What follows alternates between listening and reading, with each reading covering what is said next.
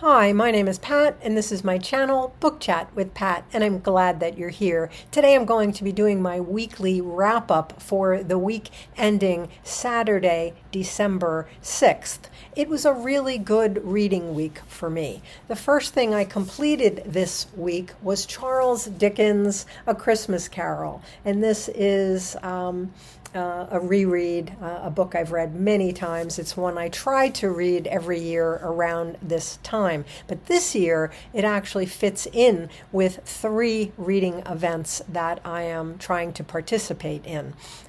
Katie at Books and Things is running a Victorian Christmas reading event, and this was the first selection for that reading event. I'm also one of the co-hosts for The Ghosts of Christmas Past, and it certainly fits that reading event. And I'm also participating in Dickens in December, so it certainly fits there as well. I will list all of the co-hosts for all of these events in the notes below. But as I said, it's a book that I like to reread. I think many people do around this time of year, and it never disappoints. Next, my reading of Dickens' The Pickwick Papers has begun really in earnest this week. This is the group read for the Dickens in December read along. This is the first novel that Dickens ever published. It's a first read for me as well. This is more like a series of adventures, a series of stories that are each one is told by a member of the Pickwick Club. Some of them are stories that they've heard and they're just repeating. Some of them are adventures that the club members get into on their own. We've completed the first 7 chapters of the novel this week. We're discussing these in a lively Voxer chat, and I think so far everyone has been really struck by the humor of Charles Dickens in this collection. Sometimes it actually borders on the slapstick.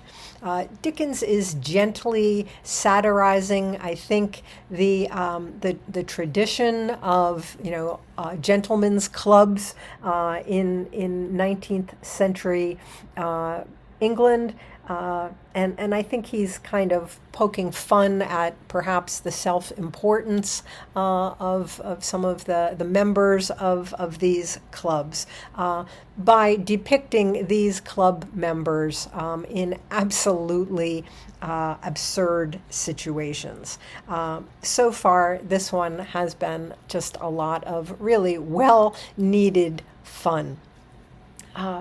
I also completed the group read for the Ghosts of Christmas Past reading event. Our group read is the Dickens short story, The Signal Man, which I read in this collection of the complete ghost stories of Charles Dickens.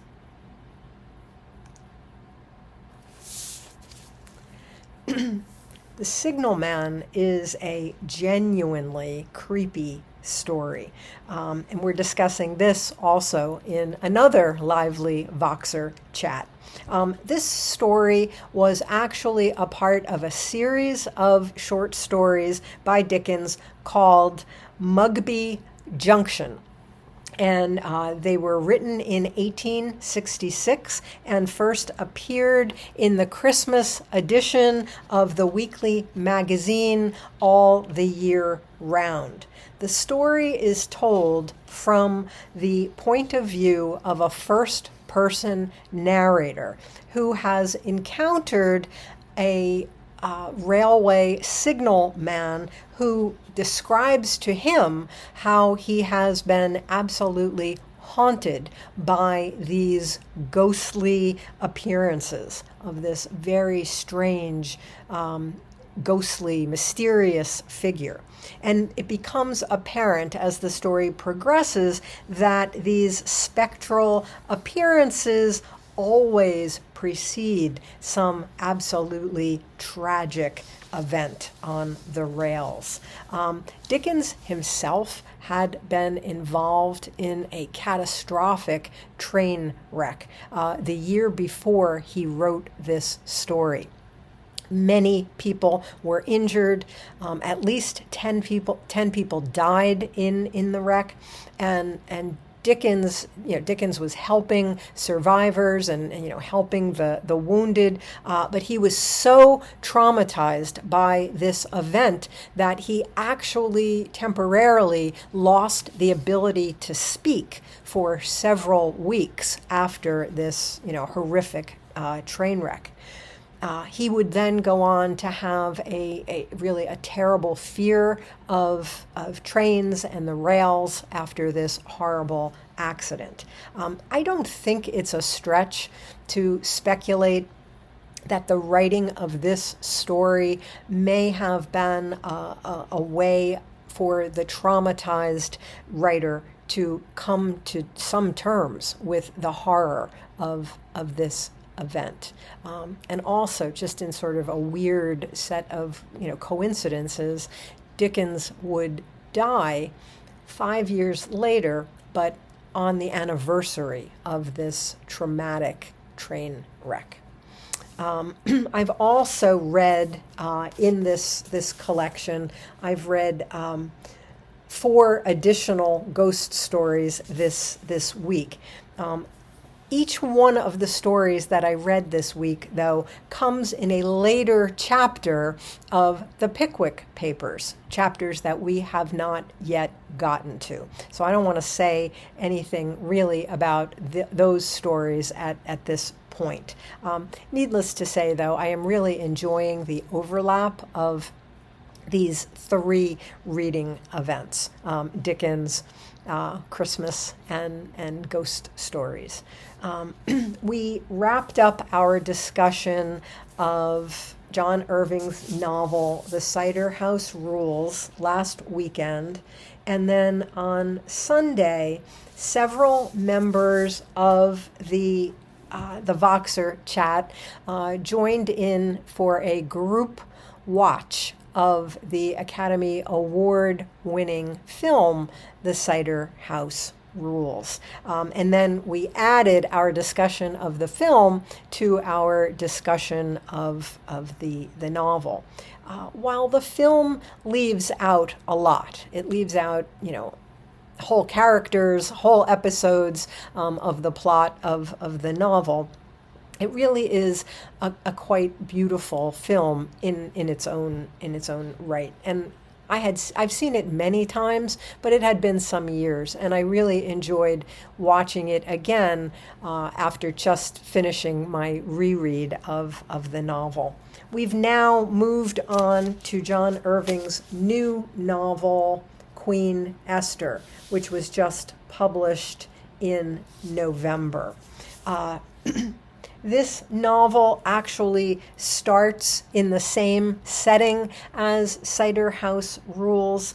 We're in the orphanage again, the orphanage of St. Cloud's in Maine, and it does, at least in the beginning, it features some of the same characters from Cider House Rules. But where we are in the story now, we're well beyond St. Cloud's. I don't think much of the rest of the novel is going to really involve the orphanage or Dr. Larch. I'm not sure, but I don't think so. But our main character, or one of our main characters, Esther, the title character, Queen Esther, she is an orphan, and she was dropped off as a almost 4-year-old at the orphanage. We're just starting our second week of the discussion of this novel, though I'm more than halfway finished with my reading of it, but we're just discussing a certain number of chapters each week.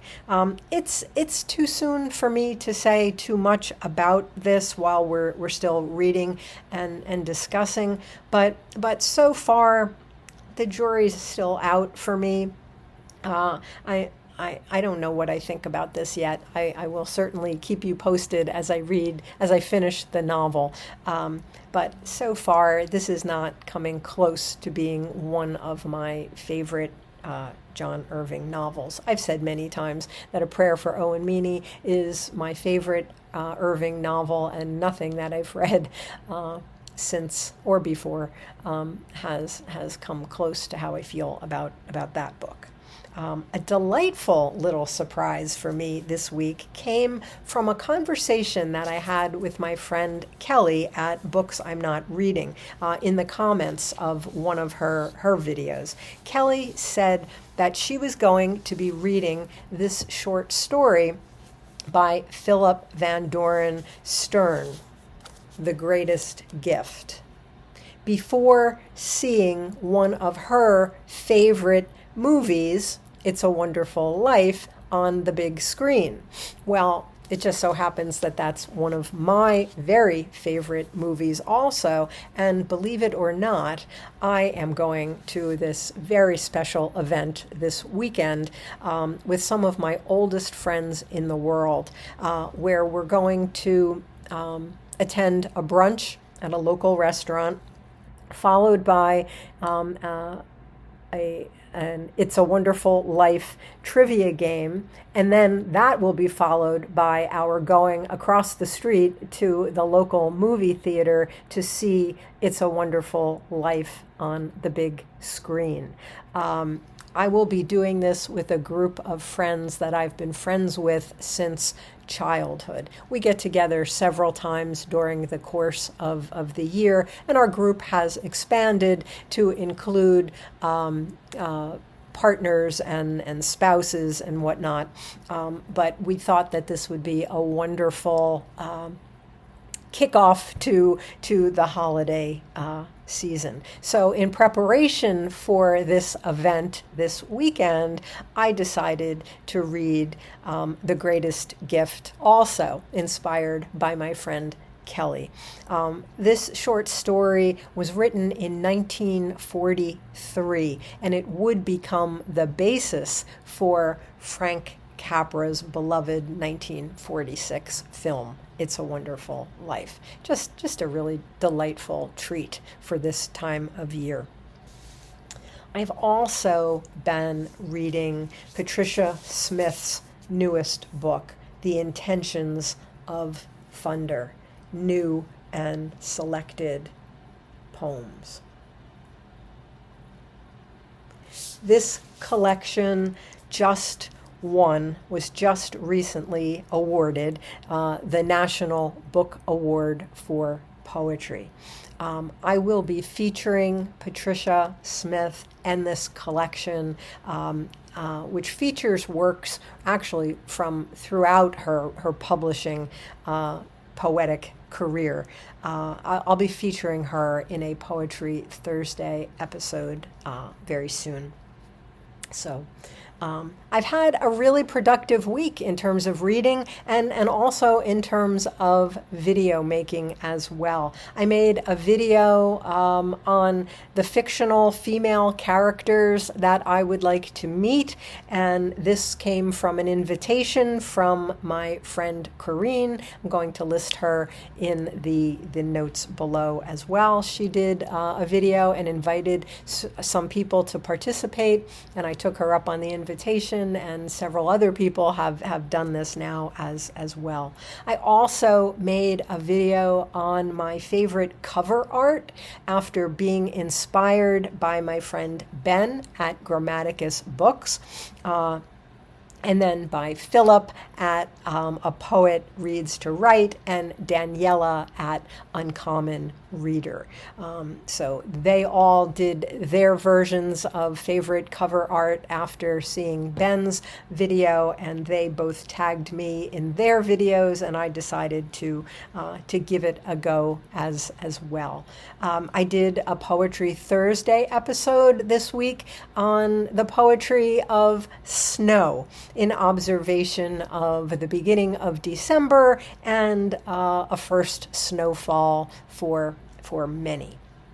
I did a review also of my book group's pick that we discussed this past week, and that was Florence Knapp's novel, The Names.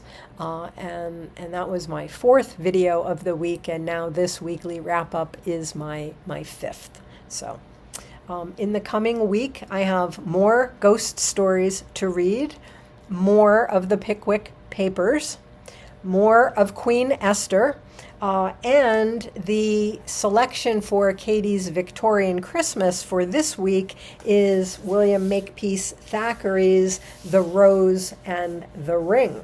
So I'll be reading this week. And I don't know anything about this. So this is a first read, and it's, something that's really very, very new to me. So that's what I've been up to lately.